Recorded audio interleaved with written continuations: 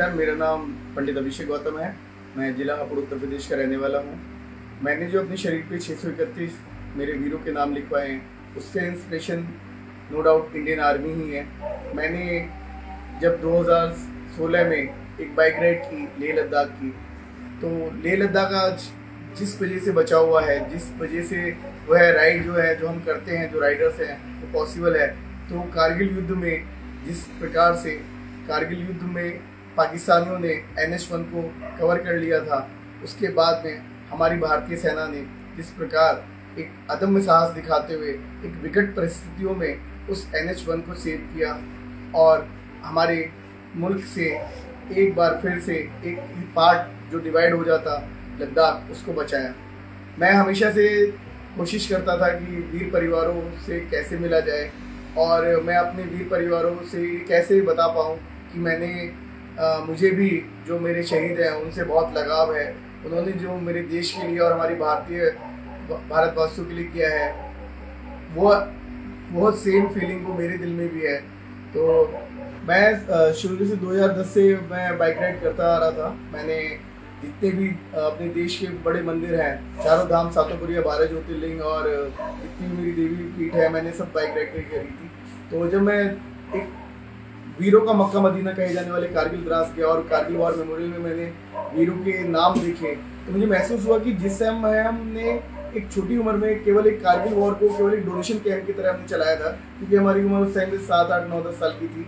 तो हमें याद तो था कि कारगिल वॉर हुआ था, लेकिन कारगिल वॉर में कितनी क्षति हमारे देश के वीरों ने ली थी और कितने परिवार उस टाइम उजड़े थे, कितने यंग ऑफिसर्स और कितने यंग फौजियों ने जान दी थी। वह जानकर के मेरा दिल सच में बहुत नरम हुआ और मैंने अपने आप से वादा किया कि आज के समय में सिंबल ऑफ लव कहे जाने वाले टैटू, जो भी अपने प्यार को दर्शाना चाहता है वह टैटू कराता है। तो मैंने अपने कारगिल के 559 शहीदों के नाम मैंने अपने शरीर पर अंकित कराए।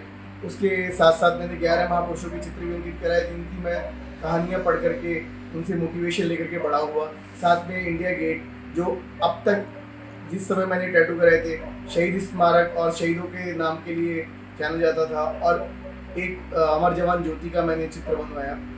उसके साथ में मैं वीरों के परिवार से मिलना स्टार्ट किया। तो मैंने अब तक 631 लोगों के वीरों के नाम मैंने अपने शरीर पे लिखवाए हैं, जिनकी फैमिलियों से मैं मिल चुका हूँ, उनके नाम भी मैं ऐड कराता हूँ। और मैं हमेशा से ये चाहता हूँ कि मेरा जो मेरे वीर हैं, उन्होंने जो हमारे देश के लिए किया है, हमारे जो युवा हैं वो उनसे प्रेरणा लेते रहें। वह हमेशा कोई भी अपने घर का त्यौहार, अपनी जन्मदिन हो, मैं सबसे पहले अपने वीर परिवारों के साथ सेलिब्रेट करता हूँ, फिर उसके बाद अपने घर वालों के साथ मनाता हूँ, क्योंकि मैं जानता हूँ कि आज जो हम सांस ले रहे हैं उसका जो कारण है वो हमारे वीर हैं, जिन्होंने अपनी एक इच्छा से, स्वयं इच्छा से अपने प्राणों की आहुति अपने देश के लिए, अपने समाज के लिए दी। कितने परिवारों से अब तक मिल चुके हैं और क्या प्रेरणा उनसे ली है? मैं अब तक 550 से ज़्यादा परिवारों से देश भर में बाइक राइड करके मिल चुका हूँ। मैं उनको स्मृति चिन्ह में अपना एक जो वीरों का स्टैचू है उसका एक पोर्ट्रेट बनवा के देता हूँ और एक दीपक अर्पण करता हूँ। और सच बताऊँ तो प्रेरणा स्रोत रहे हैं हमारे वीर। मैं कभी भी डिमोटिवेट नहीं होता, मैं कभी हतोत्साहित नहीं होता, क्योंकि मैंने देखा है कि किस प्रकार, किस विषम परिस्थितियों में और किन कंडीशनों में रह करके हमारे वीर हमारे देश की रक्षा करते हैं। जिस प्रकार आप सोचिए कि अपने घर में एक दिवाली, जन्मदिन या फिर कोई भी सेलिब्रेशन बनाने के लिए आप 10-15 दिन पहले तैयारी करते हैं। आप चाहते हैं कि हमारा जो त्यौहार है वो अच्छे से बने, उस त्यौहार को अपने बिना परिवार के सेलिब्रेट करते हैं।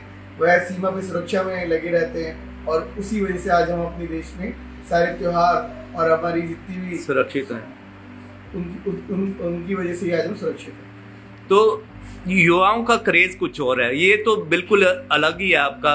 तो कैसे मैनेज करते हैं? कुछ अलग से फील नहीं होता है नौजवानों को देख के?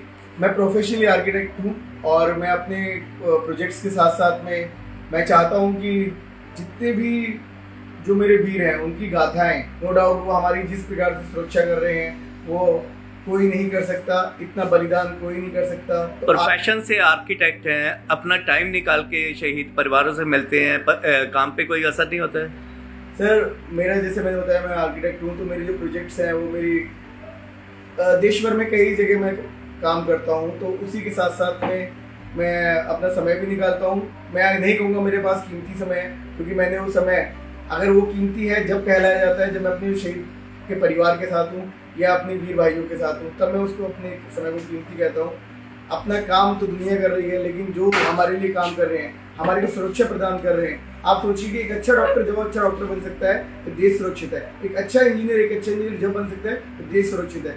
तो जब सुरक्षा रखने वालों के लिए हम सम्मान नहीं रखेंगे तो हम अपने काम को कैसे कीमती बता सकते हैं। बहुत अच्छे। नौजवानों को कोई मैसेज देना चाहेंगे? नौजवानों को यही मैसेज जो मैं कर रहा हूँ वो आप भी कर सकते हैं। मैं बहुत बड़ा काम नहीं कर रहा। आप केवल अपने समाज में किसी भी वीर परिवार, चाहे वो शहीद का परिवार हो, चाहे वो ऑन ड्यूटी अभी जो वीर हैं उनका परिवार हो, आप उनके पास जाइए, अपने त्योहारों को उनके साथ सेलिब्रेट कीजिए। उनके माँ बाप को ये बताइए कि आपका एक बेटा हमारे देश की सुरक्षा के लिए अगर सीमा पे है तो एक बेटा मैं भी हूँ। आप निसंकोच मेरे को फ़ोन मिलाइए, मेरे से बात कीजिए और मेरे को कोई काम बताइए।